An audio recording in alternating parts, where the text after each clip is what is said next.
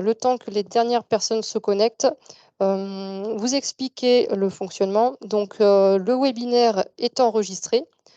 Le replay sera disponible et envoyé aux inscrits participants. Pour la partie questions-réponses, on vous demande d'utiliser sur le bandeau haut de Teams Q et R et d'inscrire vos questions-réponses qui seront enregistrées et qui seront diffusées donc, aux intervenants lors de la phase des questions-réponses. Donc, bon webinaire à tous. Je laisse la parole au colonel Migeot, directeur de l'école d'application de sécurité civile de Valabre. Bonjour à toutes et à tous. Pour ce premier webinaire sur le thème de l'hypothermie traumatique. Alors, pourquoi choisir ce terme d'hypothermie? Pour ceux qui ne nous connaissent pas, nous sommes une école d'application de sécurité civile et nous formons les secouristes à intervenir dans tous les milieux hostiles et difficiles, notamment la mer, la montagne, le milieu périlleux, le milieu urbain, le sauvetage vivant, etc. Donc, par retour d'expérience de nos sauveteurs, nous avons le problème de l'hypothermie qui est quasiment sur toutes les victimes que nous gérons. Et nous avons souhaité parler de ce phénomène avec l'équipe médicale.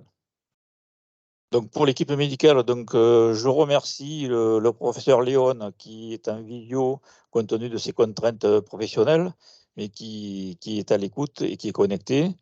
Seront sur le plateau le médecin Thomas Padoni, médecin du SMUR de Briançon, qui pratique le secours en montagne depuis plusieurs années. Le médecin SAMU 13 et sapeur-pompier également Alexis Ferrière, qui est PH à l'hôpital de Marseille. L'infirmier Angèle Lara, infirmier urgentiste SDIS 13, qui est parmi nous aussi avec son expérience de sapeur-pompier de terrain et aussi de son passé militaire. Et le colonel Frédéric Vaucouleur, qui travaille avec nous à l'école d'application de la sécurité civile et qui a aussi de l'expérience dans le domaine du secours en mer et en milieu périlleux. Donc, bon webinaire à tous et je laisse la parole à Angèle qui va animer cette séquence. Bonjour à tous. Donc, avant tout, ça peut paraître un petit peu paradoxal de parler d'hypothermie dans cette période de l'année. On va plutôt vers les périodes un petit peu chaudes, mais on va voir tout au long de ce webinaire qu'il y a largement suffisamment de causes pour justement avoir à traiter cette hypothermie d'origine traumatique tout au long de l'année. Avant tout, juste un petit peu quelques rappels de base. Donc, l'organisme, pour un fonctionnement optimal, doit se trouver dans une température entre 36,5 et 37,5, donc des choses que l'on connaît. À partir de 35 degrés de température corporelle, une personne même normale, sans atteinte de santé particulière, va commencer à avoir un retentissement sur l'appareil cardiovasculaire. On pourra développer un petit peu ça tout à l'heure. L'apparition des frissons, qui est quelque chose d'assez remarquable et un élément fondamental pour rechercher l'état de nos patients, est quelque chose qui consomme 5 fois plus de calories pour essayer de maintenir cette température corporelle optimale et de manière à permettre un métabolisme sans trop d'efforts. Et ces frissons disparaissent à partir de 32 degrés de température, qui est pour les secouristes un élément fondamental sans mesure de la température, de pouvoir visualiser qu'on rentre dans une phase un petit peu perturbante. Un rappel aussi sur les décès en France sur des cas dans un contexte et dans un cadre d'hypothermie. 50% des décès dus à l'hypothermie ont un âge supérieur à 65 ans, ce qui nous fait qu'on est dans les 2/3 en gros, de nos patients pris en charge en hospitalier, donc une population à fort risque. Un rappel aussi sur la thermorégulation, à savoir que notre noyau central, tête-tronc, correspond à 80% de la masse corporelle, donc l'essentiel de la partie qui doit permettre de maintenir cette température. 90% des pertes de chaleur se font par la peau, en situation normale. Et bien entendu, plus on va utiliser d'énergie pour essayer de maintenir cette température normale, et plus ça va manquer au niveau de l'organisme pour lutter sur ces mécanismes décisionnels que l'on développera tout à l'heure. Pour revenir sur ces mécanismes de refroidissement, quatre étapes essentielles que nous devons nous rappeler. La première perte de température est essentiellement due au rayonnement. Environ 60% de la perte de chaleur se fait au profit de l'environnement dans lequel nous nous situons. Donc là, une grande importance en lien avec le moment dans la saison et les lieux où on se trouve. Deuxième phénomène marquant la conduction, qui est la perte de chaleur directe avec une surface plus froide. Et en situation normale, cette perte de chaleur sur la conduction correspond à environ 2% de la perte de chaleur. Bien entendu, quand on y rajoute des vêtements mouillés, blessés, du sang, tout ça vient être majoré. Troisième mécanisme de perte de chaleur, la convection, qui correspond en situation normale à 15% de cette perte de chaleur, qui est ni plus ni moins liée au passage du fluide, l'air ou l'eau. Donc un effet mécanique, en sachant et en se rappelant que les liquides, les fluides, ont des pouvoirs de perte de température calorifique 25 fois supérieurs à l'air. Donc en fonction de l'environnement, on sait qu'on va encore majorer tout ça. Dernier élément, l'évaporation, qui est quand même quelque chose d'important dans le mécanisme de maintien de la température, puisque par le biais de la transpiration au cours de l'effort, c'est une chose, mais on maintient une certaine humidité au niveau de la peau pour maintenir justement ces échanges de manière optimale. Et deuxième élément de perte de température au niveau de l'évaporation, c'est pour tout ce qui est appareil respiratoire ou qui est très consommateur d'humidité et de température, puisqu'il faut réchauffer les voies aériennes supérieures. Voilà, j'en ai fini un petit peu pour ces généralités. Je vais passer la parole au docteur Ferrière qui va parler de son constat au niveau de la prise en charge, on va dire en pleine, et son antériorité au niveau de la médecine d'urgence. Bonjour à toutes et tous. Donc effectivement, l'objet de mon propos va être d'aborder plutôt les pathologies et les mécanismes d'hypothermie lors de la prise en charge de SMUR en pleine. C'est-à-dire que je vais laisser à mes collègues le temps de vous expliquer toute la prise en charge de l'hypothermie dans les milieux périlleux, qu'ils soient aquatiques ou de montagne, où il est vrai qu'en général, l'hypothermie est un facteur qu'on prend plus rapidement et plus intuitivement en charge. Il est vrai que lors d'un SMUR terrestre ou héliporté, on va dire de plaine, il y a plusieurs facteurs qui peuvent concourir à l'apparition d'une hypothermie, et ces facteurs-là sont parfois dans le feu de l'action un peu oubliés. Il y a par exemple déjà l'installation du patient. C'est vrai que lorsque le patient est allongé au sol, sur un sol froid, comme par exemple quand on intervient sur une personne qui est tombée au sol avec une fracture du fémur qu'on n'arrive pas à mobiliser, si elle a passé la nuit au sol, le contact au sol froid peut favoriser l'hypothermie. Et le cas le plus classique, c'est dans la victime d'un accident de la voie publique, avec une personne qui est incarcérée et qui va être exposée aux facteurs environnementaux.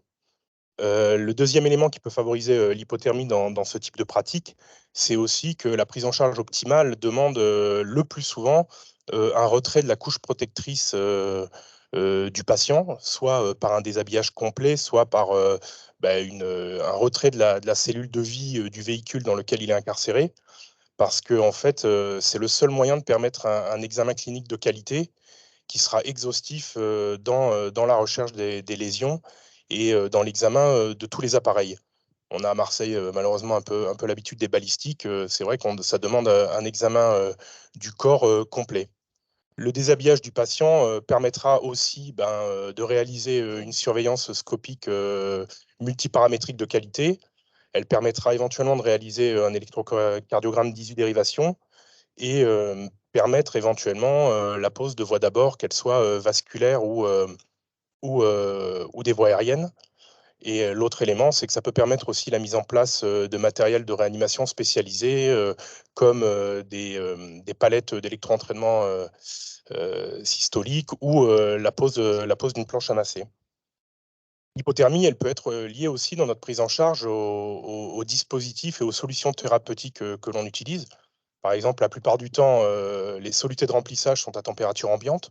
Donc, en fonction de la température extérieure, on va remplir les gens avec des solutés qui sont bien en deçà des 37 degrés.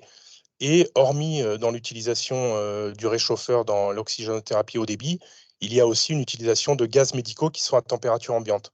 Donc ça, c'est un facteur de refroidissement invasif très, très important. L'hypothermie, elle peut aussi être liée à l'atteinte de la thermorégulation dans le cadre de pathologies prises en charge en préhospitalier, comme les traumatisés sévères, les chocs, qu'ils soient toxiques, métaboliques ou neurologiques, les comas les comas neurologiques, toxiques ou métaboliques, les chocs et les détresses respiratoires. Les moyens de lutter contre l'hypothermie en préhospitalier, le plus connu, c'est la couverture de survie qu'on utilise tous. Après, très souvent, combien de fois avez-vous vu la couverture de survie isoler le patient du sol? Combien de fois l'avez-vous vu contre le sol ou installé dans le matelas à dépression? Et combien de fois la pose de cette couverture de survie a-t-elle été faite en papillote? Et c'est un moyen de réchauffement qui est un moyen passif.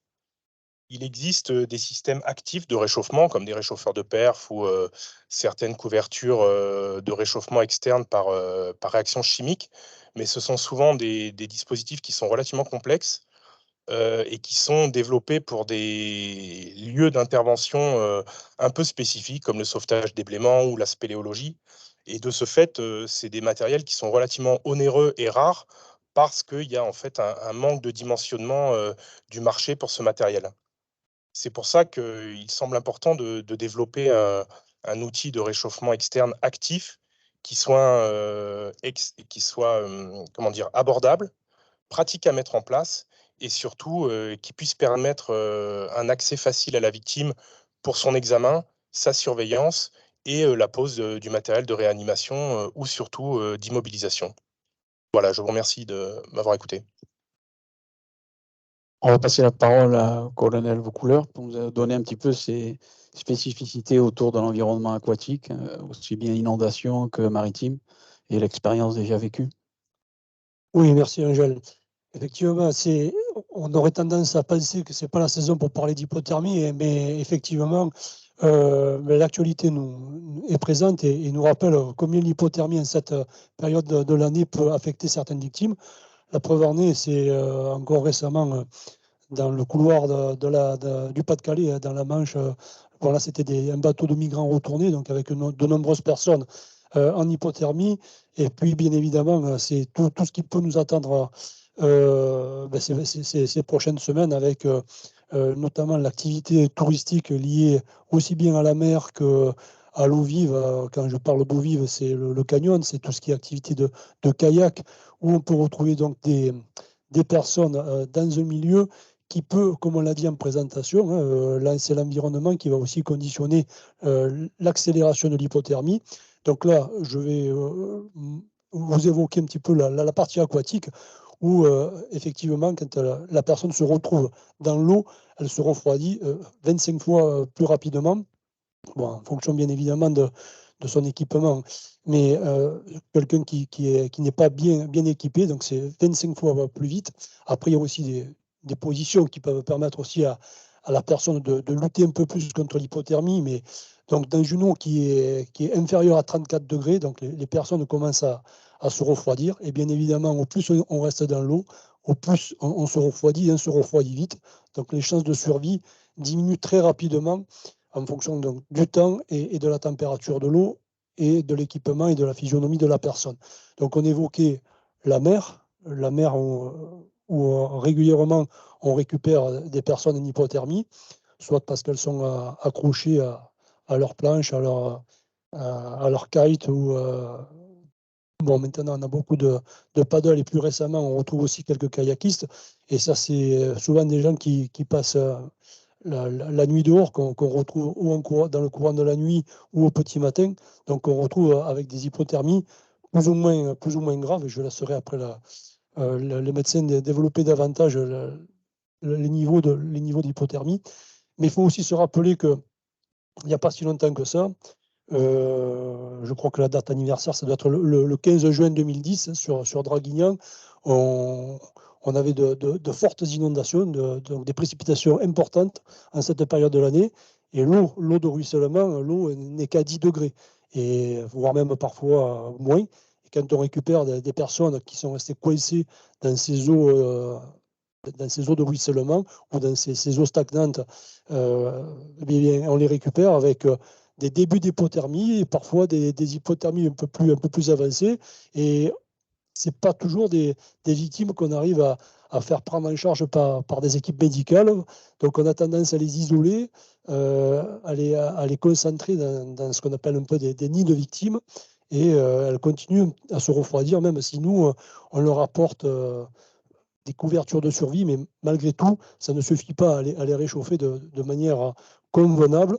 Et le temps qu'elles soient prises en charge par des équipes d'évacuation, eh bien parfois, on arrive quand même à des degrés d'hypothermie assez marqués. Donc, bon, on est effectivement dans une période où ces hypothermies sont fréquentes, que ce soit, donc, je le répète, dans le milieu maritime, dans le milieu de l'eau vive ou dans les inondations. Merci beaucoup. On rajoutera aussi dans le contexte de la spécialité, avant de passer la parole à Thomas pour le milieu de montagne, qu'il y a des contextes déjà où la gestion, la prévention d'hypothermie, je pense essentiellement à toute la partie spéléo-secours, où cette notion de générer un point chaud, de générer une enveloppe chaude pour limiter le plus possible avant que l'hypothermie n'arrive, parce que bien entendu, quand elle commence à être installée, le point chaud ne suffira pas à réchauffer la victime, mais limiter un peu ses déperditions. Donc je te transmets la parole, Thomas, pour nous donner un petit peu ton expérience au niveau montagne.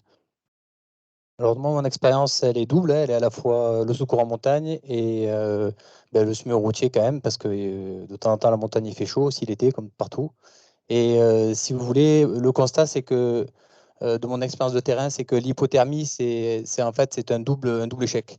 C'est un échec à la fois des mesures que l'organisme met en jeu pour lutter contre l'hypothermie. Tu as parlé, Angèle, tout à fait, très bien, des frissons, qui sont un des premiers mécanismes et qui sont très, très énergivores pour l'organisme pour maintenir une température. Mais c'est aussi le constat de notre échec à lutter contre les déperditions de chaleur. Et finalement, avant de parler d'hypothermie, la lutte contre la déperdition de chaleur est un des points capitaux de la prise en charge hospitalière, qui est malheureusement trop souvent négligé.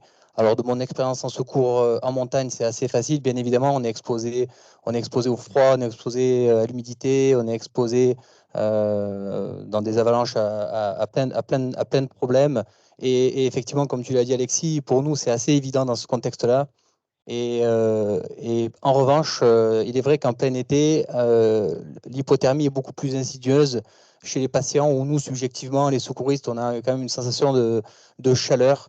Et on ne doute pas en fait, on minimise ce phénomène de déperdition qui est majeur. Et finalement, ce qu'on peut dire, c'est que cette déperdition de chaleur, elle ne dépend pas que du milieu. Comme l'a dit Alexis, elle dépend du milieu, bien évidemment. Elle dépend soit parce qu'on est dans l'eau, soit parce que la température est très basse, mais aussi elle dépend de plusieurs choses importantes, notamment la gravité. Tu en as déjà parlé, Frédéric. La gravité du patient est une des principales causes de déperdition de chaleur, parce que toute l'énergie est souvent concentrée pour lutter contre le choc ou contre les phénomènes adaptatifs. Et lutter contre la chaleur, ça a un coût énergétique pour l'organisme. Et je pense que c'est là-dessus qu'on a un gros travail à faire en médecine hospitalière pour améliorer un peu la mortalité et l'incidence de cette problématique que le professeur Léon rappellera plus tard. Et donc finalement, moi ce que je vois, c'est que on est assez passif par rapport à la prise en charge de l'hypothermie. Et la question qu'on peut se poser, c'est que lorsqu'on ramène un polytraumatisé à l'hôpital et qu'il est normotherme, la question, c'est de se dire, c'est pas de se dire, super, on a rempli le job, il est normotherme. La question, c'est quel a été le prix énergétique pour que l'organisme lutte contre ce phénomène de déperdition de chaleur, et quelles vont être les conséquences. C'est de l'énergie qui va être gaspillée, qui ne pourra pas être utilisée pour lutter contre le choc ou affronter une chirurgie, affronter une réanimation derrière. Et donc, pour parler un petit peu de ça, il faut parler un petit peu de mécanismes physiologiques. Et là, je vais laisser la parole au professeur Léon s'il nous entend dans le train.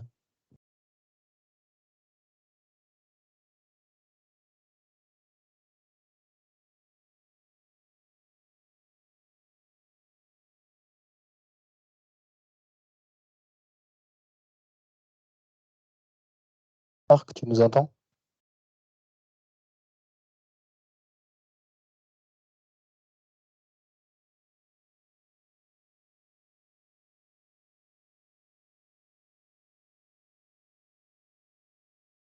On se donne encore quelques minutes pour voir si on arrive à résoudre ce petit problème de connexion. Sinon, Thomas prendra la suite pour donner les paroles validées par le professeur Léon, bien entendu.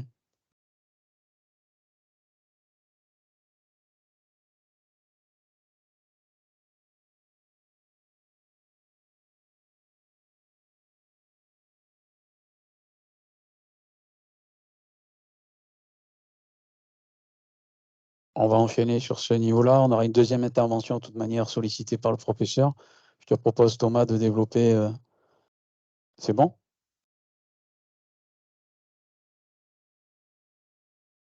Marc, tu nous entends?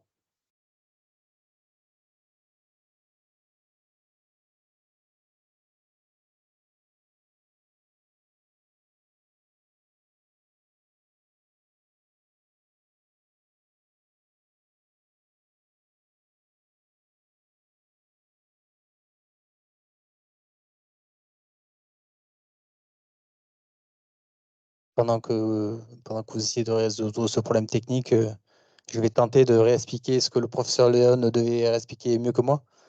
Mais globalement, il devait expliquer le mécanisme lié à la déperdition énergétique. Et donc, en fait, lorsqu'on a un accident, on a une activation du système sympathique.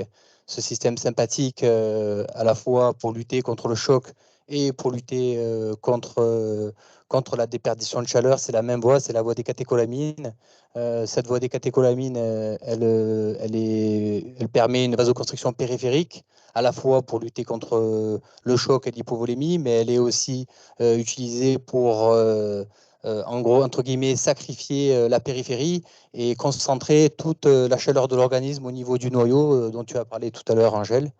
Et donc, finalement, l'hypothermie n'est que le constat, comme je vous expliquais tout à l'heure, d'un dépassement des mécanismes, puisque cette réserve énergétique, ces catécholamines, ne sont pas une réserve inépuisable, et qu'à partir du moment où les réserves sont épuisées, on rentre tout comme le choc dans un état d'hypothermie, d'où l'intérêt finalement de lutter très activement et de façon très précoce sur cette déperdition de chaleur qui permet d'économiser de précieuses calories et de l'énergie pour l'organisme, tout en aussi, c'est-à-dire que si on réchauffe bien les gens, on diminue leur stress, on diminue aussi, il y a aussi un effet antalgique d'apporter de la chaleur aux gens dans les thérapeutiques actives, et ça c'est important parce que c'est d'autant d'éléments qui sollicitent moins le système des catécholamines, et donc le constat de tout ça, c'est que les systèmes passifs ne permettent pas d'apporter de la chaleur et qu'il faut se concentrer maintenant sur, si on veut améliorer la prise en charge préhospitalière, apporter des solutions actives qui permettent donc effectivement d'apporter de l'énergie qui ne sera pas dépensée par l'organisme et donc d'économiser de précieuses énergies pour lutter contre le choc, voire éventuellement de retarder un choc hémorragique. Est-ce qu'on a pu rétablir une petite communication ou pas? Déconnecté? Ok.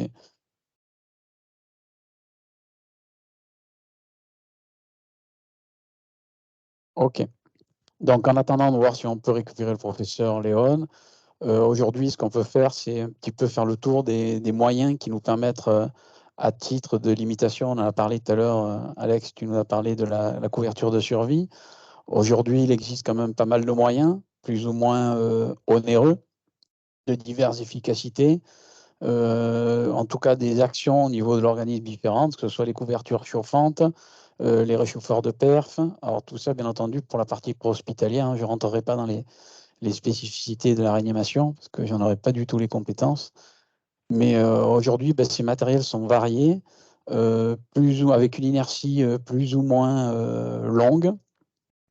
Et on a surtout une notion on n'arrive pas forcément à gérer ce réchauffage, hein, ce maintien de température, et surtout une durée pendant laquelle on va pouvoir garantir une température. Autant sur les réchauffeurs de perfusion, on peut le faire, puisque maintenant il y a des appareils de différentes marques qui existent, avec une garantie d'un soluté qui va passer aux alentours de 40 degrés, quel que soit l'environnement et quelle que soit la température et le débit surtout. Donc ça, c'est une chose qui est non négligeable. Mais ça a un coût, hein, et c'est un coût d'autant plus important que, idéalement, il faut que les équipes hospitalières soient dotées du même matériel sur un même secteur, on va dire, pour essayer d'optimiser, qu'il y ait une continuité dans le matériel utilisé auprès du patient. Après, je ne suis pas là pour choisir tel ou tel matériel, mais il y a une large efficacité de montrer, mais qui est quand même assez limitée avec un coût non négligeable. Je me garderai de donner les tarifs de tel ou tel dispositif. Je ne sais pas si vous voulez rajouter quelque chose. Ce qui était intéressant, c'est que quand tu parlais de continuité, c'est que la continuité préhospitalière soit assurée avec la continuité hospitalière. C'est sûr que si on arrive à réaliser, comme avec par exemple les matelas d'immobilisation, un transfert de la victime avec le même matériel qui équipe les équipes préhospitalières et les équipes hospitalières de réanimation ou d'urgence, c'est une prise en charge du patient qui ne sera que meilleure. Nous, dans notre système, dans le système du secours en montagne, on utilise en grande majorité des systèmes passifs. Donc les systèmes passifs, c'est la couverture de survie. On utilise une solution un peu plus efficace qui est ce qu'on appelle le bubble wrap. On enveloppe les gens dans une espèce de plastique avec des bulles qui a un plus grand pouvoir isolant. Mais globalement, on attend toujours une solution active. Alors, il en existe plusieurs, des solutions actives. Le problème, c'est que à la fois, elles ont des coûts, parce que ce sont quasiment toutes des solutions jetables. La plupart, elles utilisent des réactions chimiques que l'on craque avec un délai d'action qui est pas hyper rapide, par contre, qui est assez long, hein, qui dure à peu près 8 heures, mais surtout qui sont souvent difficiles à mettre en place, qui gênent les équipes hospitalières. Et donc, finalement, d'avoir quelque chose de réutilisable, que l'on peut dire, ben, lui, on peut lui positionner, enfin, qu'on ne soit pas là en train de dire, ben, là, on va utiliser cette solution et ça va coûter cher et on ne peut pas l'appliquer à tout le monde. C'est ça qui manque, en fait, c'est d'avoir une solution qu'on peut proposer à tout le monde, parce qu'il n'y a pas de contre-indication à réchauffer les gens et on devrait prêcher par excès que par défaut. Les gens, s'ils ont chaud, ben, on n'a qu'à arrêter notre système de réchauffement.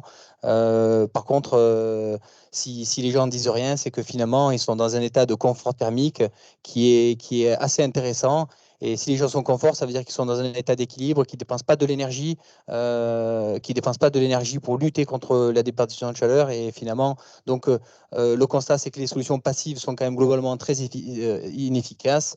Et que les solutions actives sont les solutions comme on utilise à l'hôpital, parce qu'à l'hôpital, on ne réchauffe pas les gens avec des couvertures de survie, on réchauffe les gens avec des solutions actives qui apportent de la chaleur avec de l'air chaud ou autre. Et c'est vers ça qu'il faut améliorer notre prise en charge. On devait laisser la parole justement au professeur Léon là,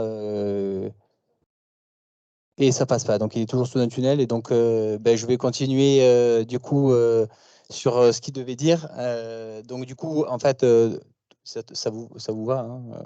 C'est parfait. Du coup, le constat que le professeur Léon devait faire, c'est expliquer le point de vue hospitalier et leur prise en charge. Donc, effectivement, à l'hôpital, ils prennent en charge les blessés avec des solutions actives, souvent AR+C, qui ne sont pas des solutions que l'on peut transposer à l'extra-hospitalier, puisque c'est des solutions qui nécessitent le secteur ou des moteurs, et ce n'est pas du tout adapté au pré-hospitalier. Et ce qu'il faut comprendre, c'est que en 2023, malgré tous les efforts que nous tous nous faisons, il y a presque 40% des blessés graves qui arrivent hypothermes à l'hôpital, en sachant que les conséquences de l'hypothermie sur l'organisme sont catastrophiques.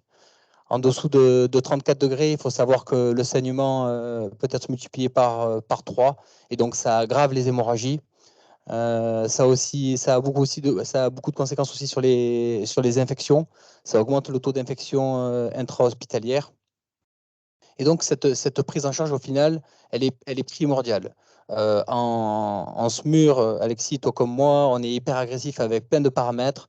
On doit maintenir une pression artérielle moyenne dans des fourchettes très précises. On doit maintenir une capnie très précise. Et là, on a un paramètre qui est primordial.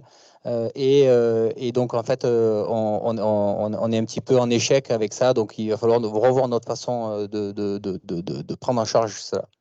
Et donc, pour finir avec la gravité, donc on a bien compris, c'est quelque chose qui est très fréquent et qui est très grave.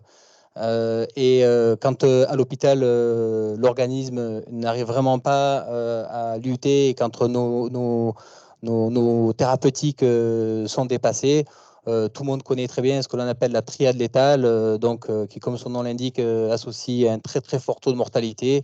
Quand l'hypothermie aggrave les troubles de coagulation et génère de l'acidose. Donc on sait que quand on rentre dans cette situation-là, c'est catastrophique et le taux de mortalité est très important. D'où la nécessité de lutter de façon le plus précocement, activement sur cette déperdition de chaleur. Ok, merci Thomas. Je rajouterai aussi un point non négligeable, c'est que dans la prise en charge de l'hypothermie, et si on peut tout faire pour éviter que ça arrive, il y a aussi la partie confort et prise en charge. On en a parlé un petit peu au début.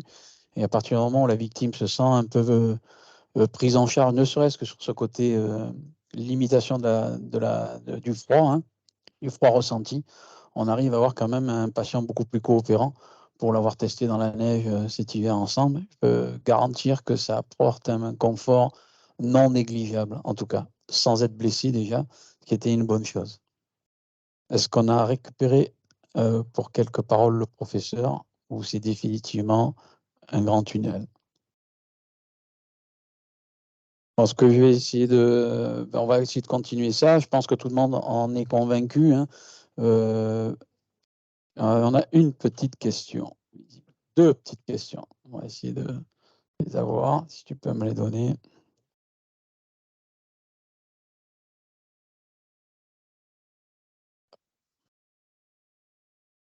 Alors, première question, est-ce que vous connaissez le coût des réchauffeurs de soluté pour le préhospitalier? Alors, oui, je les connais, mais je me garderai de vous les donner. En gros, la fourchette, parce que je ne veux pas faire d'ingérence dans quoi que ce soit, ni d'avoir de conflit d'intérêt avec ni l'un ni l'autre du matériau. Il existe du matériel que l'on utilise lors de formation. Les deux ont la même chose, les deux ont le même coût du consommable qui est inférieur à 100 € pour rester large, et les appareils qui oscillent aux alentours de 3 000 € à peu près, entre 2 à 3 000 €. Donc les deux marques essentielles qui font ça avec du matériel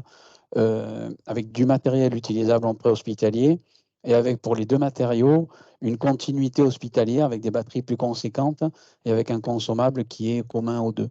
Donc, on pourra vous donner les identités ou les références pour que vous puissiez vous rapprocher des commerciaux sans problème, je m'y engage.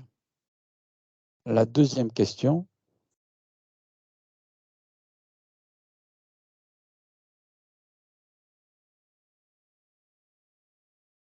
Limiter la déperdition de chaleur par une couverture ou un plastron chauffant, c'est une chose. En revanche, y compris pour les patients normothermes, mais a fortiori en ambiance froide, la perfusion, les solutés de perfusion réchauffées est clairement recommandée pour le traumatisé qu'on va remplir. Donc là, je pense que le quid, c'est la question de ce qu'on fait avant le réchauffeur de perf. Je pense que c'est ça la tournure de la question. Moi, je la comprends plus comme un peu un complément de la précédente. Bien évidemment, il faut associer tous les moyens qui sont bons. Ce qui est sûr, c'est que de mémoire, et sans vouloir, ça reste à vérifier, mais quand on perfuse 1 litre de soluté chaud à 37 degrés, on fait monter de 0,3 degrés la température. Bien évidemment, ça limite les déperditions de chaleur. Après, se concentrer sur l'apport de chaleur sur le noyau, qui est le centre de thermorégulation, semble être un moyen le plus efficace. à l'hôpital, bien évidemment, on dispose de tous ces dispositifs, à la fois le réchauffement du corps et à la fois les solutés. Il faut voir que déjà en extra-hospitalier, on a déjà beaucoup de choses à faire. Ces systèmes de perfusion sont efficaces, mais difficilement applicables et en tout cas pas largement utilisés encore dans nos systèmes hospitaliers, extra-hospitaliers. Après, c'est ce que je disais dans ma présentation. Dans un monde idéal, effectivement, il faudrait avoir un système de réchauffement actif externe et un système de réchauffement actif interne par réchauffement des perfuseurs. Le problème, c'est que il faut que ce matériel soit, on va dire, reproductible ou disponible dans le service préhospitalier et intra-hospitalier, et que ce soit un dispositif qui soit facile financièrement à acquérir et facile financièrement à entretenir. Donc c'est sûr que dans un monde idéal, eh ben, on aurait des dispositifs pour protéger les patients des agressions de l'extérieur, pour les isoler facilement, des réchauffeurs de perf, un réchauffement externe actif. Ça, c'est sûr que l'idéal serait d'avoir les deux modèles. Maintenant, qui dans son SMUR ou dans sa VLM ou dans son hélico a les moyens d'avoir autant de dispositifs et a les ressources financières pour avoir tous ces dispositifs à un moment où il y a besoin de rationaliser les besoins en matériel, peut-être qu'un système simple, abordable et surtout transférable d'un service à l'autre semble être la solution la plus adaptée.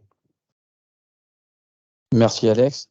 On pourrait discuter longtemps, je pense, encore sur la prise en charge hospitalière et sur l'hypothermie accidentelle, en tout cas tout ce qui est l'environnement auprès des blessés. Ce que je vous propose maintenant, c'est de passer un petit peu sur la deuxième partie, c'est-à-dire présenter de manière un petit peu plus précise la solution. Une solution, quand je dis la solution, c'est la solution du réchauffement du noyau. Alors, ce que je me permettrai de te poser, Thomas, c'est justement de manière sommaire déjà l'explication de ce dispositif. Et pourquoi cette forme? Qu'est-ce qui t'a amené à penser à ça? Alors, merci en tout cas de me laisser présenter le travail que nous faisons depuis 2 ans et demi avec mon équipe pour lutter donc, contre l'hypothermie accidentelle. Donc, c'est un plastron, c'est pas une couverture. Ça, c'est la première chose. C'est-à-dire que c'est un textile qui est chauffant et qui ne recouvre que le tronc, la face intérieure du tronc et le cou, et donc dans un but de concentrer la chaleur sur justement ce noyau et sur ses organes vitaux. Donc la technologie, elle a été simple à trouver, elle s'est un peu démarquée un petit peu de tout ce qui existait. On s'est inspiré de la technologie qui était autour de nous, hein. C'était un système électrique, donc on a un élément chauffant qui est intégré dans un textile, qui est une résistance électrique, qui est alimenté par des batteries qui sont aussi intégrées dans le textile, que l'utilisateur ne touche pas, et le tout piloté pour avoir un système de régulation et garantir qu'il n'y ait pas de risque de brûlure. Donc voilà, c'est une solution qu'on développe pour apporter, pour réchauffer à 40 degrés un corps avec une autonomie de 4-5 heures en fonction des conditions. Ok, impeccable. Donc, on fera une petite démonstration pour vous présenter justement à la fin. Donc, tu nous as parlé un petit peu des performances, 40 degrés pendant environ 3 heures, ce qui est non négligeable. 4-5 heures. 4-5 heures, pardon, donc c'est encore mieux. Des méthodes prototypes au début. Qui peut le mettre en place et justement, quel est son intérêt et cette spécificité? Alors, ce plastron a été surtout éventuellement au début dédié aux premiers secouristes, puisque tout à l'heure on en a parlé, c'est réchauffer de façon active et le plus précocement possible.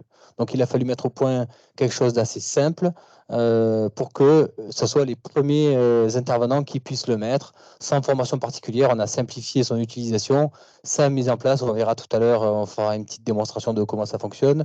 Mais à la base, c'est dédié aux premiers secouristes.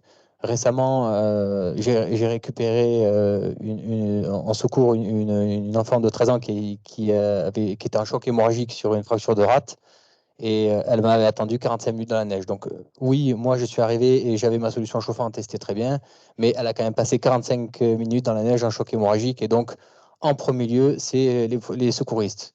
Bien évidemment, ensuite, c'est dédié au SAMU pour la continuité de la prise en charge ou lorsque les intervenants ne l'ont pas, et voir, comme ce que tu disais tout à l'heure, d'assurer une continuité à l'hôpital, puisqu'elle permet aussi d'accompagner les patients et de les réchauffer à l'hôpital.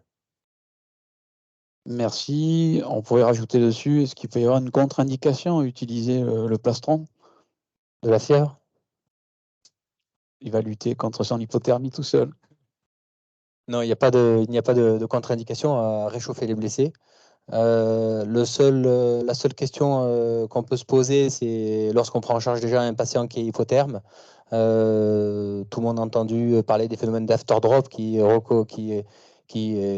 est présent lorsqu'on réchauffe la périphérie et lorsque la vasoconstriction est périphérique, c'est du sang chaud qui retourne vers le cœur et qui peut donner ce qu'on appelle des arrêts cardiaques. Ce phénomène est largement limité en réchauffant uniquement le noyau et pas la périphérie. Donc on a essayé de faire attention à ça.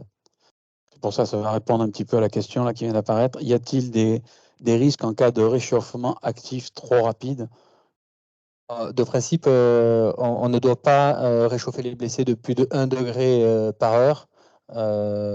Après, en pratique, pour utiliser le système, déjà réchauffer les blessés, c'est même avec une solution active, c'est déjà un bien grand mot à l'extérieur. Déjà, lutter contre la déperdition de chaleur, c'est déjà un bel enjeu et un beau défi. Les réchauffer, ça en est un autre. On n'a pas encore fait d'études sur notre capacité à réchauffer, mais ce qui est sûr, c'est que c'est en deçà des 1 degré par heure, quoi. Alors, il y a une question qui vient d'apparaître. Par contre, je ne suis pas dans le meilleur des angles pour la lire. Là, ça va faire appel un petit peu à tous les deux. Sur un navire, lors d'une hypothermie sévère, suite à une noyade, par exemple, peut-on utiliser des bouillottes et les placer dans les plis de laine, par exemple, ou sur les gros vaisseaux, parce qu'on faisait un petit peu actuellement. Je vous laisserai répondre. Et sur les hypothermies sévères, on dit qu'il ne faut pas faire de friction ou réchauffer trop rapidement. Est-ce que les bouillottes peuvent être un bon moyen ou faut-il éviter de réchauffer avec des couvertures? Il y a plein de choses dans cette même question. Je vous laisse donner 2-3 précisions, mais on est un petit peu dans l'ancien système, à mon sens. Plutôt l'expert maritime. Oui, alors, ça dépend, tout dépend aussi du stade de l'hypothermie, hein. Mais déjà, dans un premier temps, retirer certains vêtements qui peuvent être mouillés et continuer à refroidir la victime. Alors, je ne vais pas faire le détail de la nature des vêtements, mais un jean mouillé, par exemple, il va conserver il va pas sécher très vite, il va continuer à refroidir la personne. Donc, on aurait tendance à le retirer et donc après à envelopper la victime. Et après, ça dépend aussi du stade dans lequel on va récupérer la victime. Quelqu'un qui est en hypothermie, qui est inconscient, bon là je vous laisserai plutôt en parler, mais avant que nous, on extrait ces gens-là, on a souvent des victimes en hypothermie qui sont conscientes et qui réclament le réchauffement. Et effectivement, on dispose parfois de moyens modestes pour pouvoir les réchauffer. Vous évoquiez tout à l'heure les couvertures, ce qu'on a tendance à faire. Alors en inondation, on va les isoler peut-être dans un véhicule ou dans un logement qui n'a pas été inondé pour essayer de les mettre à l'abri, mais toujours dans des températures froides, enfin notamment température extérieure froide, et on essaie de les réchauffer avec ce qu'on a autour de nous. Et là, on est bien dans une phase de sauvetage. Après, effectivement, quand on a la chance de pouvoir disposer d'une équipe médicale qui va pouvoir prendre en charge cette victime-là, oui, il y a d'autres dispositifs qui peuvent être mis en place, mais c'est en fonction de votre diagnostic que ces dispositifs-là vont pouvoir être placés ou pas. En tout cas, nous, dans l'extraction, on fait un réchauffement primaire, j'aurais tendance à dire, mais qui est souvent, si je peux l'exprimer, salvateur. Parce que effectivement, quand vous commencez à récupérer quelqu'un qui a stagné sur sa planche pendant des heures et des heures, qui a lutté pour pouvoir s'accrocher, quand déjà vous l'extrayez, souvent elle a tendance à se relâcher. Donc on la met sur un bateau. Sur le bateau, bon, il y a souvent de mauvaises conditions de mer. Elle lutte aussi pour pouvoir rester consciente. Nous, on fait aussi tout pour la maintenir consciente. Et effectivement, quand on a des dispositifs un peu plus actifs, comme vous le disiez, pour réchauffer une victime, ben, ça serait un confort pour nous et forcément pour la victime. je voulais juste repréciser quelque chose, c'est que, et Thomas a bien insisté dessus, en fait, les dispositifs dont on parle ne sont pas des dispositifs qui sont destinés à réchauffer le patient. Ce sont des dispositifs qui sont destinés à éviter que l'hypothermie s'installe ou que si elle est installée, elle ne s'aggrave. Après, c'est des dispositifs qui vont permettre un réchauffement du malade, mais Thomas me corrigera si je me trompe, mais la correction sera lente et prudente et se fera par le biais du réchauffement du noyau central. Mais là, on est vraiment dans une prévention de l'hypothermie, justement pour éviter la déperdition énergétique utilisée par la thermorégulation chez un patient qui a besoin de son énergie pour lutter contre d'autres agressions. Mais on n'est pas dans un dispositif de réchauffement actif, agressif, tel que ça peut être le cas en milieu hospitalier. Ouais, je suis tout à fait d'accord que c'est très important que que tu renforces cette notion-là. Nous, on parle pas d'hypothermie, hein. Le thème de ce webinaire, c'est l'hypothermie accidentelle, c'est-à-dire que c'est souvent chez les blessés, donc chez les polytraumatisés, et on ne parle pas enfin, il n'est pas question de dire voilà, il y a des hypothermes, mais on va les réchauffer activement pour améliorer. Non, c'est tous les blessés ont une déperdition de chaleur et il faut lutter contre cette déperdition de chaleur avec des systèmes actifs. Donc voilà, c'était bien d'insister là-dessus, Alexis. Alors, 2 questions. Une question de Jean-Baptiste. Je suppose que le plastron doit être utilisé avec une couverture de survie. Pas nécessairement. Le plastron peut se poser directement au contact de la peau. Et effectivement, le seul intérêt de la couverture de survie, c'est de renforcer son action par son côté isolant. Donc effectivement, quand on apporte de la chaleur, peu importe le plastron ou autre chose, si on apporte de la chaleur, le fait d'avoir une couverture par-dessus isolante permet de maintenir l'énergie au plus près du corps. Et dans le cas du plastron qui dispose d'un système de régulation, au lieu de tenir 4 heures, le plastron il va tenir 7 heures si on l'associe à une couverture de survie. Mais ce n'est pas obligatoire. Je veux juste préciser là-dessus que sur la qualité du matériau du plastron, on a une limitation de la déperdition de la chaleur générée par le plastron qui fait que l'essentiel de la température va aller vers le patient et va pas s'extérioriser. Donc c'est vrai qu'on va potentialiser avec la couverture de survie, mais on a moins de perte de chaleur que si on mettait juste des chaufferettes sur le corps avec une perte dans un sens comme dans un autre. Question de Colin. À défaut d'avoir un système de réchauffement de perfusion, est-il possible de chauffer les poches de perfusion avant de les mettre au patient? Exemple, passage rapide au micro-ondes. Alors après, effectivement, comme on dit, on est dans le fonctionnement dans le système D, hein. On a tous des collègues qui, sur des accidents de kite, au bout de la Camargue, se sont retrouvés à mettre effectivement les poches de perfusion au micro-ondes ou à mettre des soufflantes sous les couvertures pour réchauffer les malades. Alors ça expose à 2 risques, en fait, c'est l'absence de contrôle. C'est-à-dire que comment contrôler la température exacte du soluté? Comment être certain que le réchauffement de micro-ondes ne va pas altérer la structure du soluté? Bon, je pense qu'avec des ions, le problème n'est pas forcément très important, mais bon, ce n'est pas des solutions qui sont faites pour être passées au micro-ondes.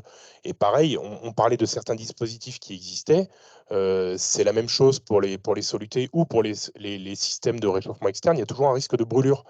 Donc le problème, c'est que c'est du système D et quel contrôle on a pour être sûr de ne pas être délétère.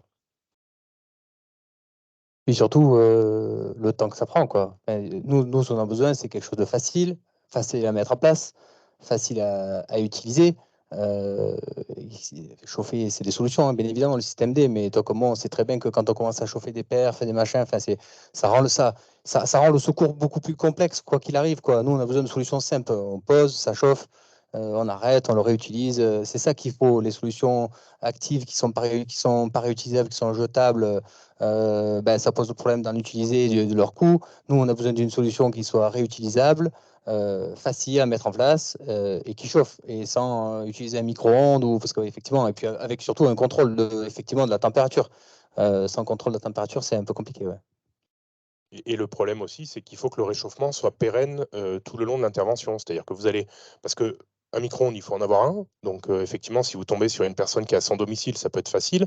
Maintenant, si vous êtes au bord de la route, sur une vire en paroi ou en montagne ou en milieu nautique, 250 000 voilà. 4 km et côtes. Donc, ça peut poser des problèmes et vous allez procéder à un réchauffement qui va durer le temps où vous allez passer votre perfusion.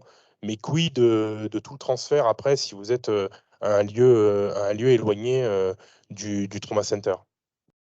Ça fait un petit peu, c'est la réponse faite avec ce système D qui ne peut pas contrer les réchauffeurs de perf, puisque les réchauffeurs de perf réchauffent le soluté au point d'injection au niveau du patient.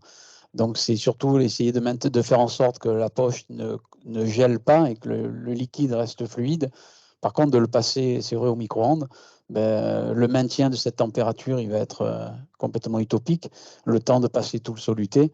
Donc, au final, on a un réchauffeur, une soluté qui va être perfusée 10 millilitres par 10 millilitres. Donc, s'il n'y avait rien de mieux avant, on pouvait faire ça. Maintenant, il y a d'autres matériaux qui nous permettent de le faire. Encore une fois, tout ce qui est réchauffage de perfusion, ça existe, ça a un coût.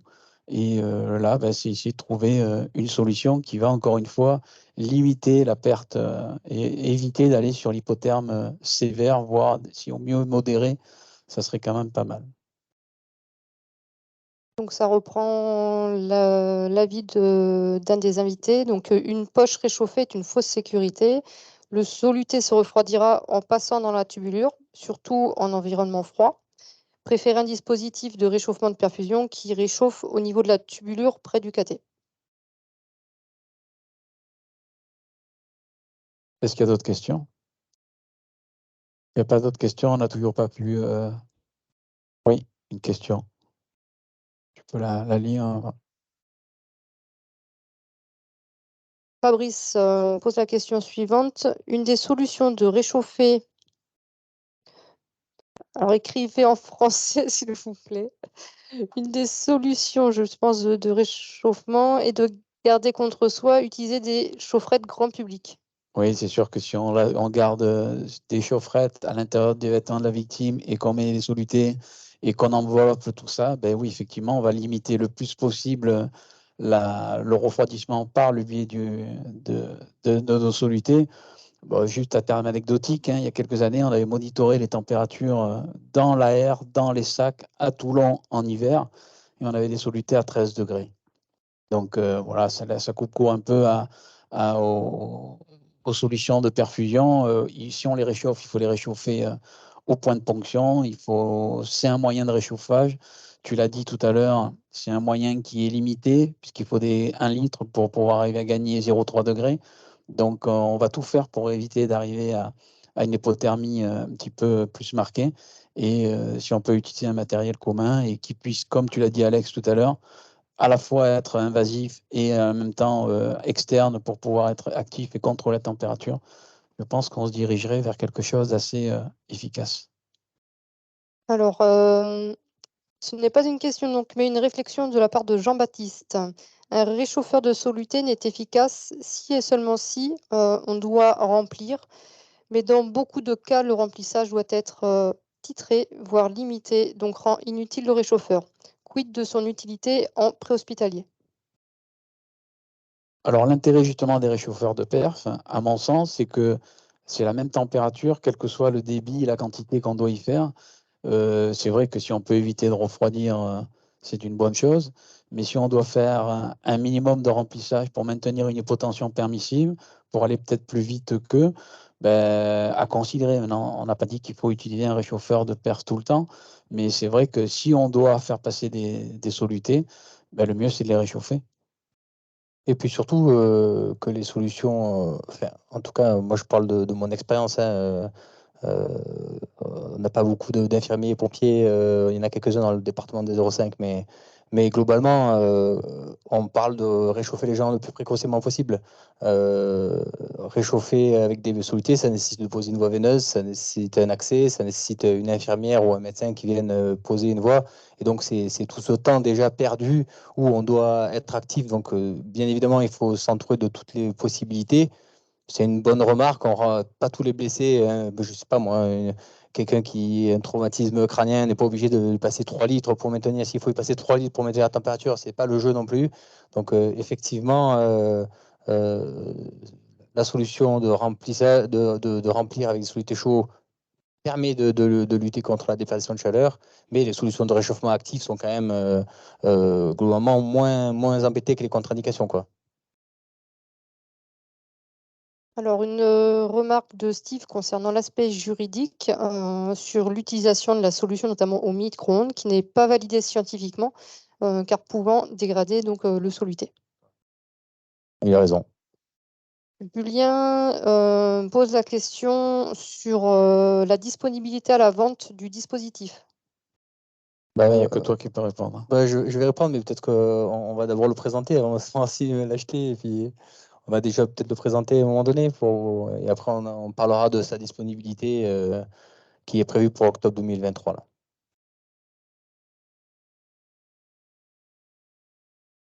Je vous propose, on va te laisser présenter le matériel, et puis après je me mettrai par terre pour voir un peu le reflet et la mise en œuvre sur une victime, si tu es d'accord. Très bien. Ouais, tu me le tiendras tout à l'heure, ouais. Parce qu'il a besoin de mes deux mains pour présenter, donc on va faire on va improviser un petit peu. Ce que je tiens à vous dire, c'est qu'on est assez fiers, puisque la semaine dernière, on a remporté le premier prix de l'innovation médicale au congrès de la médecine d'urgence à la SFMU. Et ça, c'est une belle victoire. Ça montre quand même que cette prise en charge de l'hypothermie n'était pas uniquement une vision de mon esprit de médecin du secours en montagne, et que tout le monde est concerné par ce problème-là. Et donc, c'était une belle récompense de recevoir ce prix, et puis de voir que globalement, tous les médecins et tous les secouristes ont envie d'avancer là-dessus. Donc, après 2 ans et demi de recherche et s'être entouré d'industriels français, on a développé donc, le plastron. Donc, déjà, à la base, il fallait déjà qu'il soit très compact et léger. Donc, on voit, ça tient dans une main. Ça pèse 1,3 kg. 1,3 kg.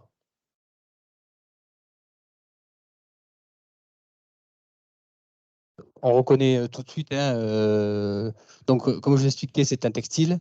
Ce textile, vous le connaissez bien, c'est le même que le textile utilisé pour les couvertures de pompiers. Donc, c'est un textile qui est bactériostatique, qui répond aux normes d'hygiène médicale, qui peut être facilement désinfecté après, facilement détachable. Il est aussi très robuste et puis il est étanche, ça c'est hyper important. Il fallait absolument qu'on puisse l'utiliser dans tous les milieux les plus extrêmes. Alors nous, on le teste déjà avec le secours en montagne, c'est déjà beaucoup de contraintes de pluie, de neige, de machin, et donc voilà, ça répond à tout ça. Donc en fait, comme j'expliquais tout à l'heure, tiens là je vais te le repasser. Ouais. Donc comme j'expliquais tout à l'heure, nous nous sommes concentrés sur le noyau, donc c'est pas une couverture. Tu peux monter un petit peu. C'est pas une couverture, c'est un plastron. Donc vous voyez, ça recouvre uniquement la face antérieure du corps. Et ce qui est hyper pratique à enfiler, hein, on n'a pas besoin presque pas de déshabiller la victime. On peut juste écarter ses habits et l'idée c'est de ne pas la mobiliser. Donc on peut le mettre dans toutes les positions. On va essayer sur Alexis dans cette position.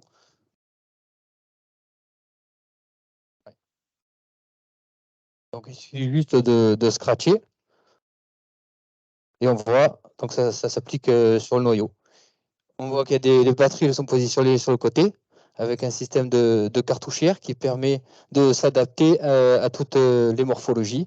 Et donc, on a un système de régulation qui est primordial, hein, parce que le système chauffant chauffe toute la surface. Donc, on a une homogénéité de chauffe sur tout le noyau, avec un système de contrôle qui permet de s'assurer que la température est identique partout dans le plastron. Donc, pour le démarrer, c'est assez simple. On va appuyer sur le bouton On. Voilà. Le dispositif procède à un check qui vérifie que tous les systèmes sont opérationnels et qu'il n'y a pas de risque pour le patient. Et on voit le plastron commence à chauffer. Je ne sais pas si vous voyez les chiffres. On voit ça, c'est la température de l'élément chauffant qui est à l'intérieur. Donc la consigne de départ, c'est de démarrer à 40 degrés. Donc on voit là, le plastron il est déjà à 35 degrés. Ça va, Alexis, t'as pas trop chaud, hein, ça commence. Et donc, on a 2 boutons disponibles, le plus et le moins, tout simplement, pour régler. Donc, on a 3 niveaux de chauffe, 40, 35 et 30. Donc, l'avantage de ce dispositif, c'est que ça laisse accès pour les médecins ou pour tout le monde pour examiner le blessé. On voit que si on veut examiner, si on veut poser les électrodes, c'est assez simple. Et puis surtout, c'est la façon dont on le repositionne qui est vachement intéressante. Ça laisse accès aussi les membres pour les infirmiers ou les médecins pour perfuser. Et donc, on a une chauffe aussi, donc c'est compatible avec le MID et le CAD. On a fait attention qu'il n'y ait pas de point de pression. Et si un collier cervical doit être mis bien évidemment après le plastron. Donc on a une autonomie de 5 heures, 4-5 heures en fonction des conditions. Nous, la montagne, c'est plutôt 4 heures, mais dans le sud, je pense que c'est plutôt 5 heures, ça dépend. Voilà. Et puis on a une jauge de batterie qui permet de savoir où ça en est. Donc l'avantage de cette solution, c'est qu'elle est réutilisable et facile à mettre en place et à démarrer. C'est ce qu'on recherchait un petit peu. Alors, il existe plein de solutions, hein, mais c'est avec ce cahier des charges, nous, qu'on a réfléchi avec notre équipe de secouristes qui ont mis au point le dispositif, et c'est vraiment répondre à ces critères. Facile à mettre en place, léger, résistant à toutes les conditions, qui peut être mis en place sans mobiliser le blessé, et puis réutilisable. Je peux l'éteindre, ouais. OK. Donc, effectivement, ça a l'air de marcher. Alexis dit que ça marche, il a chaud. Et donc, ce qui est intéressant, c'est que je vais vous montrer ensuite pour la manutention.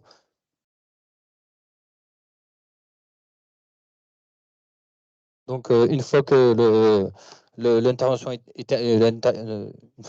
est terminée, il suffit juste de le désinfecter comme vous avez l'habitude de faire, de le replier. Il y a un petit sens pour se replier, il se scratch comme ça. Et là, je ne sais pas si vous voyez, mais on a la connectique pour le recharger les batteries, ce qui fait qu'on le met dans le sac. On met le chargeur et il est rapidement opérationnel. On n'est pas obligé de sortir les batteries pour pouvoir les recharger. Tout ça, on a travaillé sur ce côté opérationnel rapidement opérationnel. Voilà. Il charge entre 1 heure et 1 heure et demie. Il charge entre 1 heure et 1 heure et demie, 5 heures de chauffe à 40, parce que à Marseille, on n'a pas encore l'expérience, nous, du sud, parce qu'on n'utilise qu'en montagne, mais peut-être que ne serait-ce que de chauffer à 30 degrés, ça suffit, donc ça va donner des durées de probablement 7-8 heures. Et en plus, ce qu'il faut savoir, c'est que 5 heures, mais on pourra enchaîner éventuellement 2 interventions. Des interventions de 5 heures, on n'en fait pas tous les jours, donc ça veut dire que la recharge, ne serait-ce que journalière, suffira largement. Alors, une question justement de Maxime. Peut-il être branché sur le secteur et la batterie peut-elle être changée si elle est vide par une batterie nouvelle pleine? Alors, brancher sur secteur et fonctionner sur secteur, oui. Je vous ai dit qu'il était disponible en octobre 2023. Cette fonction, enfin, c'est juste une histoire de certification de dispositif médical. Nous, on l'aura courant 2024 pour pouvoir connecter et utiliser le plastron connecté au surchargeur, mais c'est une fonction qu'il a déjà et que l'on fait déjà. C'est juste une histoire de certification qu'on n'a pas encore en 2023. Concernant les batteries sont sur mesure et c'est pas des batteries parce qu'il y a beaucoup d'énergie et un ampérage important. Donc c'est des batteries sur mesure que l'utilisateur ne peut pas changer lui-même. Mais nous, donc elle est garantie 300 cycles et nous on assure le service après-vente de reconditionner tout le plastron et toutes les batteries si c'est défectueux, quoi. Merci. Donc, des témoignages de satisfaction et de félicitations pour cette belle innovation. Une question de Romain sur le plastron. Résiste-t-il à l'humidité? Oui, le plastron est totalement étanche, ainsi que le boîtier électronique et toutes les cartes et toutes les batteries. Tout a été étudié pour être étanche. C'est étanche aux éclaboussures et aux conditions météo. Après, c'est sûr que si vous voulez réchauffer quelqu'un sous l'eau, c'est pas la bonne idée. Ouais. Plus de questions? Écoute Thomas, moi je te remercie beaucoup. Il y a un petit peu un phénomène de hasard qui a fait qu'on a pu se rencontrer cet hiver et découvrir ça. Et je suis très heureux d'avoir pu faire ce webinaire aujourd'hui. Merci à toi. Moi aussi, c'est un honneur. Merci à vous tous de m'avoir accueilli, d'avoir pu échanger entre spécialistes et d'avoir les différentes approches en fonction des différentes activités. Et puis merci de m'avoir laissé présenter cette solution, donc comme je vous rappelle, qui est disponible à partir d'octobre 2023. Alors, une question, les questions arrivent.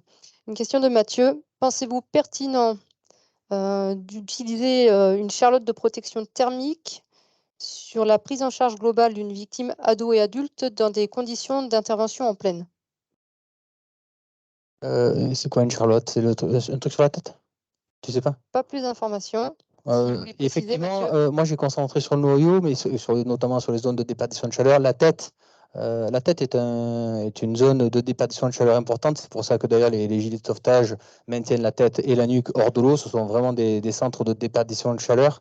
Ensuite, nous, le compromis, il fallait faire un compromis. C'est-à-dire qu'on a vu la simplicité de mettre en place cette solution.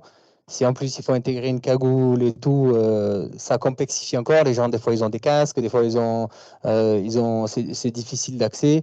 Donc oui, globalement, si on avait une charlotte en plus, ou je sais pas, une charlotte, je pense pas qu'une charlotte seule suffise, hein, mais en tout cas, tout ce qui serait en plus, s'il veut inventer un bonnet chauffant innovant, il viendra en complément du plastron, bien sûr. Alors, une question de Cédric concernant le contrôle annuel de vérification. Est-ce que c'est soumis à un contrôle annuel périodique? Pour répondre à cette question, nous sommes en train de vérifier avec les certifications le délai, en fait, on est en train de mettre en place. On ne sait pas si c'est encore 1 an ou 2 ans, mais probablement qu'il y aura effectivement un contrôle annuel ou bisannuel de vérification pour être sûr. Déjà, il y aura sûrement des mises à jour qui vont arriver parce qu'il y a un petit logiciel d'exploitation du système. Et puis, pour vérifier que les batteries soient vraiment offrent leur maximum de capacité. Donc oui, effectivement, on pense qu'il y aura quelque chose comme ça. Je ne vous ai pas dit, il y a un mode qui est assez intéressant qu'on a développé, ça c'est l'armée qui nous l'a demandé. On a un mode hors-gel.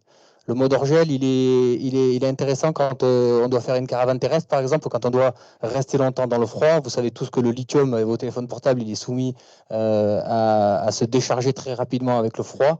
Nous, on a un mode hors-gel. Le mode hors-gel, il détecte la baisse de température associée à la baisse de charge de la batterie. Et donc, il se met en mode chauffe, pas beaucoup, 5 degrés, 10 degrés, juste pour maintenir l'énergie et que quand on démarre le plastron, ça puisse être opérationnel et qu'il n'y ait pas plus de batterie.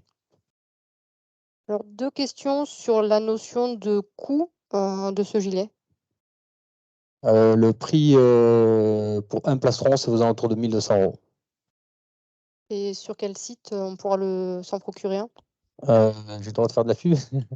Bon, c'est www.thermotrauma.com. Une question de Jean-Baptiste toujours. Est-ce que vous avez pu réaliser des études sur l'utilisation du plastron? On a fait des études non validées scientifiquement. Ça fait 1 an que je l'utilise, moi.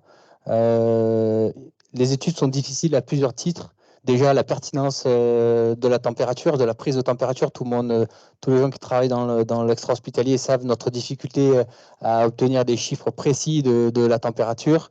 Et dans un second temps,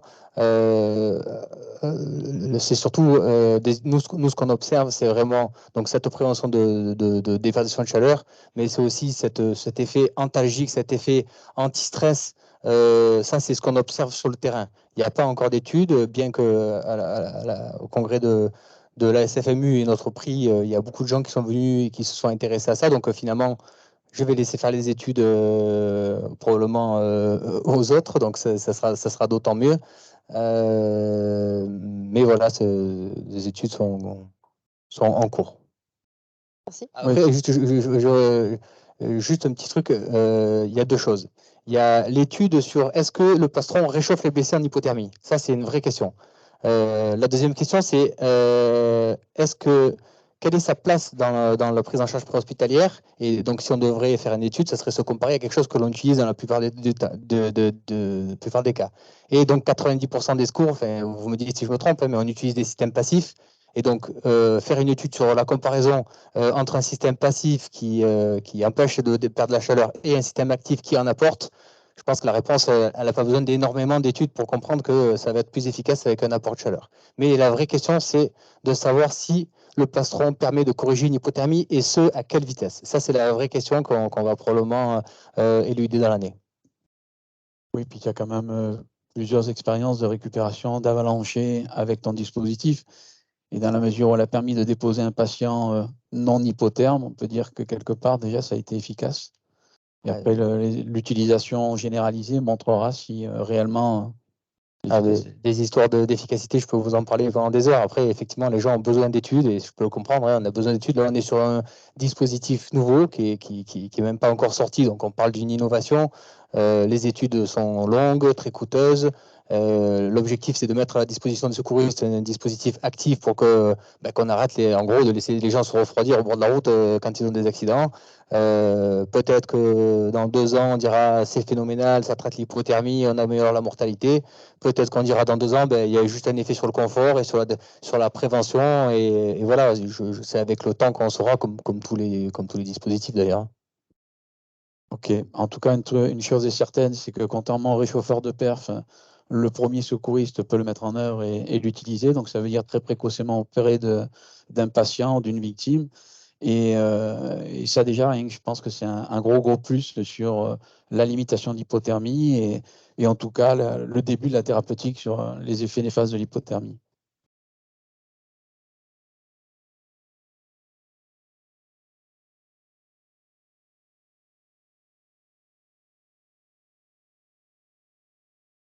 Vous avez un retour d'expérience sur le terrain avec ça? Ouais, comme je l'ai expliqué, donc ça fait 1 an qu'on l'utilise aux urgences, au secours en montagne à Briançon. On a à la fois une expérience extra-hospitalière et aussi une expérience intra-hospitalière. Comme discutait Alexis tout à l'heure, l'importance de cette continuité. Et finalement, nous, ce qu'on fait, c'est qu'on prend les gens préhospitaliers et ensuite, ça accompagne à l'hôpital. En intra-hospitalier, pour les déchocages, ça a un intérêt. Ça laisse les voies accessibles, ça permet de faire des échographies, voire de poser des drains thoraciques de façon beaucoup plus simple que la couverture RFQC. Je ne dis pas qu'elle n'est pas bien et qu'elle va la remplacer, mais en tout cas, d'un point de vue pratique, ce que les infirmiers et les médecins se plaignent de ces couvertures, c'est qu'elles sont encombrantes et qu'on a toujours du mal à les positionner. Là, on a vu la facilité à l'écarter, à la repositionner. Ça permet de scoper un malade, ça permet de lui faire une échographie, ça permet de laisser les membres accessibles, de laisser les voies pour si on veut mettre une artère ou une voie centrale. Donc, globalement, elle a aussi un intérêt en intra-hospitalier. Donc voilà, notre expérience, elle est à la fois extra-hospitalière et intra-hospitalière. Voilà. Il me semble que vous aviez fait un test à l'hôpital pendant une intervention, non, pour versus le plastron et les réchauffeurs. J'ai fait une expérience au bloc opératoire avec un capteur de température œsophagienne pour comparer finalement si la déperdition de chaleur avec la couverture de référence, qui est la couverture Berruger, qui est à air pulsé.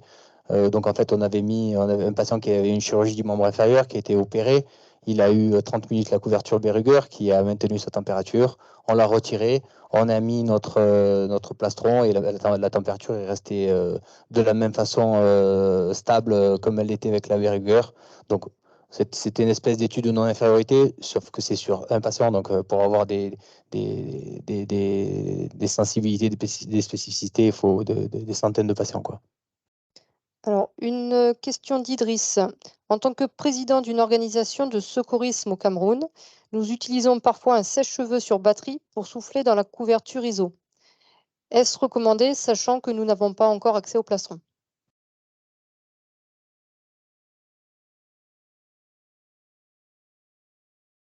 La problématique, c'est celle qu'on a abordée tout à l'heure avec le système D. C'est qu'en fait, quel contrôle on a sur la chaleur? Quel est le contrôle qu'on a sur la durée de la chaleur délivrée? Et quel est le risque de brûlure induit par cette technique? C'est assez difficile de répondre en fait. Ce qui est certain, c'est que le dispositif, comme le plastron, apporte une chaleur qui est constante, homogène et contrôlée. Et ça, c'est des éléments qui sont indispensables dans un dispositif. Donc le problème du sèche-cheveux, j'en ai parlé tout à l'heure lorsqu'on disait souffler, dans des tubes pour réchauffer un kiter il y a quelques années. C'est des petits moyens, mais on n'a aucun contrôle dessus. Donc parler de recommandations, je pense que c'est difficile on fait comme on peut en fait. Mais c'est sûr qu'avoir un dispositif fiable, répétitif et reproductible, c'est plus important. Tout à fait. En plus, dans ce moyen de fortune, on va dire qu'on est sur deux éléments. On l'a vu tout à l'heure, les 4 méthodes de perdre et donc automatiquement de regarder. Là, on est sur le fluide qui va passer avec un courant d'air chaud, ou en tout cas qui va générer une enveloppe chaude par de l'air pulsé, alors que sur le plastron, on a quelque chose qui est directement au contact et qui est chaud, qui n'est pas du tout induit par un fluide. Donc, faute de mieux, vaut mieux ça que mettre un... Voilà. Alors, une question de Julien concernant le plastron, savoir s'il s'adapte à toutes les morphologies.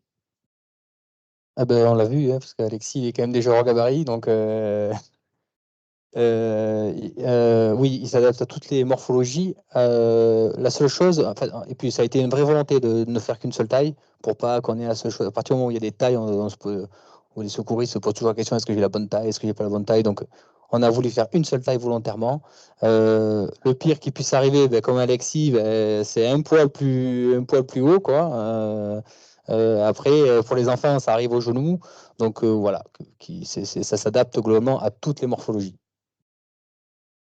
Alors, une question de Mathieu. La couverture bactériologique n'est-elle pas plus efficace que la couverture de survie dans le réchauffement et la protection thermique de par sa matière et une maniabilité en travaillant par zone de façon plus simple que la couverture de survie qui est très volatile?